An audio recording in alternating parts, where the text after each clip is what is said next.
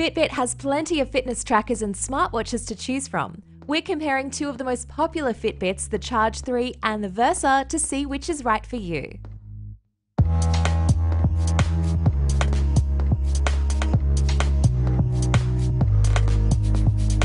So for this comparison, I want to talk about the real world use of these. Not so much about the specs, even though I will cover some of that. This is about how it's like to live with both the Versa and the Charge 3.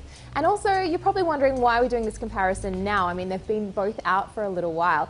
It's because Fitbit OS 3 has been loaded onto these finally, which has kind of brought them more in terms of parity, in terms of what they can do as both smartwatches and fitness trackers.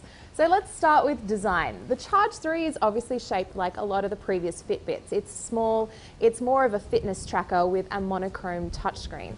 The Versa is much more a smartwatch and fitness tracker hybrid. It's got a color screen, it's a touchscreen as well, and it's got a couple more buttons than the Charge 3. Obviously, if you want something really simple and easy to use in terms of just telling you your steps, your heart rate and calorie burn, the Charge 3 can do that really easily. I like the Versa a little bit more just because it gives me a lot more metrics on the screen, and I find the button system is just a little bit more intuitive than the swiping on the Charge 3. That being said, you can use the same sort of gestures on both, so you can swipe down from the screen to see notifications, metrics, and also change settings within the menus too. Now the display on both of them is pretty easy to see when you're inside. The raise to wake works fairly well on both of them as well. That being said, when I was doing an outdoor workout with the Charge 3 in bright sunlight, I found that the highest brightness setting on the screen wasn't quite bright enough for me, whether that was on the automatic brightness setting or on the normal brightness setting. The Versa is just a little bit more bright because it has that maximum brightness. So for that reason, I found the Versa a lot easier to see outside as well. It's a lot easier to change the straps on the Charge 3 than it is the Versa. The Charge 3 has just a little button that detaches the strap and you can swap in another one really easily. The Versa has a little metallic toggle that you kind of have to pinch and squeeze and then move the bar out of the way. It's a little bit more tricky than the Charge 3, which is nice and simple. Both of them use Gorilla Glass 3 to protect the screens from bumps and scratches.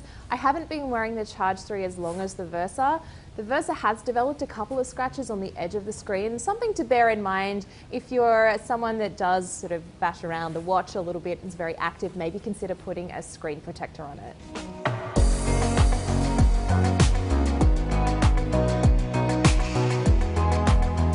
So both the Fitbits have pretty similar fitness tracking features. You can track your heart rate, you can track your sleep. That being said, you have to have a phone in order to get GPS data if you want to track your route on something like a run or a bike. Both use connected GPS, not GPS built in.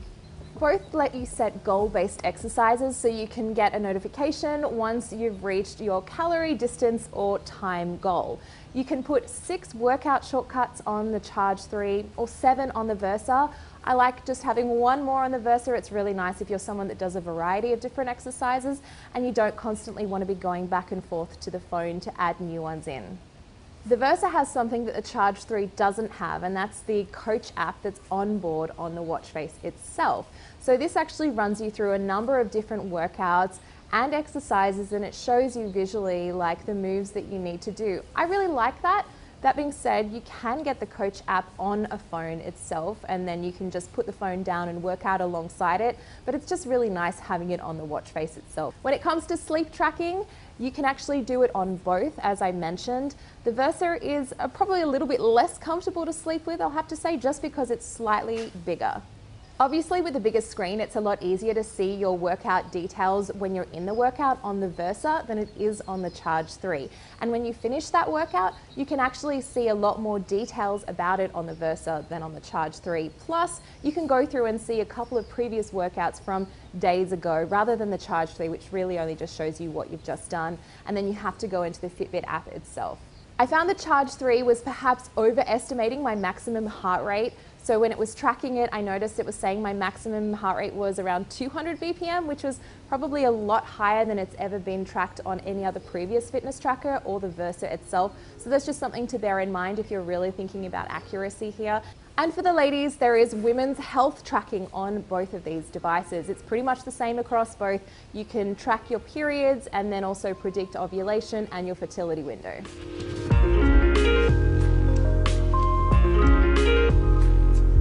So both of the Fitbits are compatible with iOS and Android, and you can get the same notifications from your phone mirrored to each of these watches. That being said, if you are an iOS user, you're only going to be able to see messages when they come through and calls. You're not going to be able to actually respond to them like you can on Android. And you can also then in Android customize the quick responses that you want to send when you get a notification come through.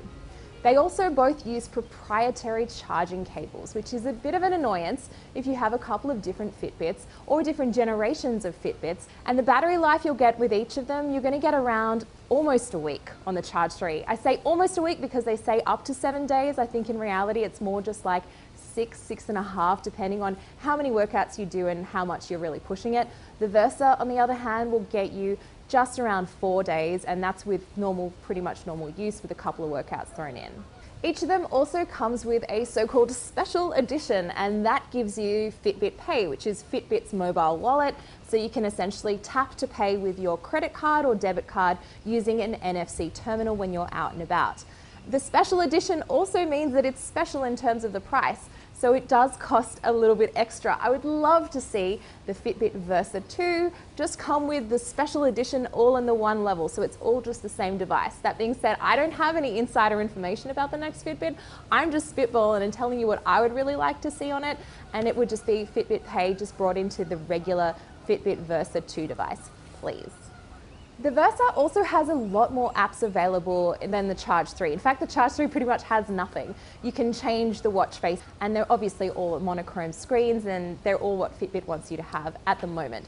The Versa has a lot more apps to choose from and a lot more watch faces, especially since the Versa first launched around a year ago. The App Store has really built out quite a lot, and so there are a lot of different apps for things that you might want to do, from fitness tracking through to, say, news reading on your watch. I don't know why you want to read the news on your watch, but it's there if you do want it, so that's kind of neat.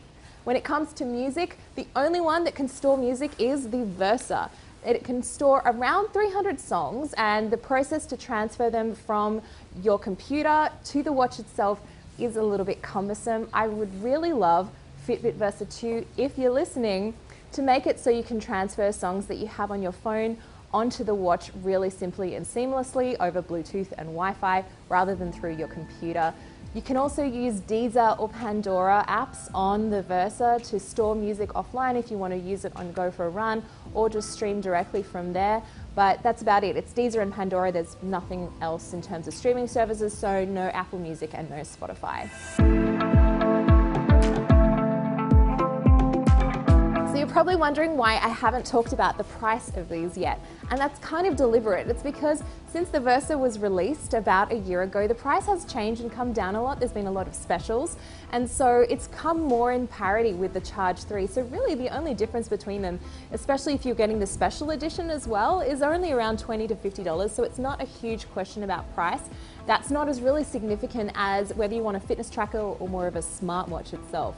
So I wanted to just run through a little bit of a wish list for the Versa 2. The Fitbit, if you're listening, I hope that this really comes to be, because I think a couple of changes could make it a really, really strong device. I would love to see if you could transfer music directly from a phone and add a number of different streaming services to it. I would also love the special edition to not exist, just to get Fitbit Pay in the regular Versa 2. That would be amazing. And number 3, having GPS on board. That would just make it a really fully fledged all-around smartwatch. I think that would be a great competitor to the Apple Watch as well. So that's a comparison between the Charge 3 and the Fitbit Versa. I would love to hear some of your comments, suggestions about what you want to see in the future Fitbit models, or any questions that I didn't answer in this comparison. Let me know in the comments below, or you can find me on Twitter. And stay tuned to CNET for a lot more comparisons in our Versus series.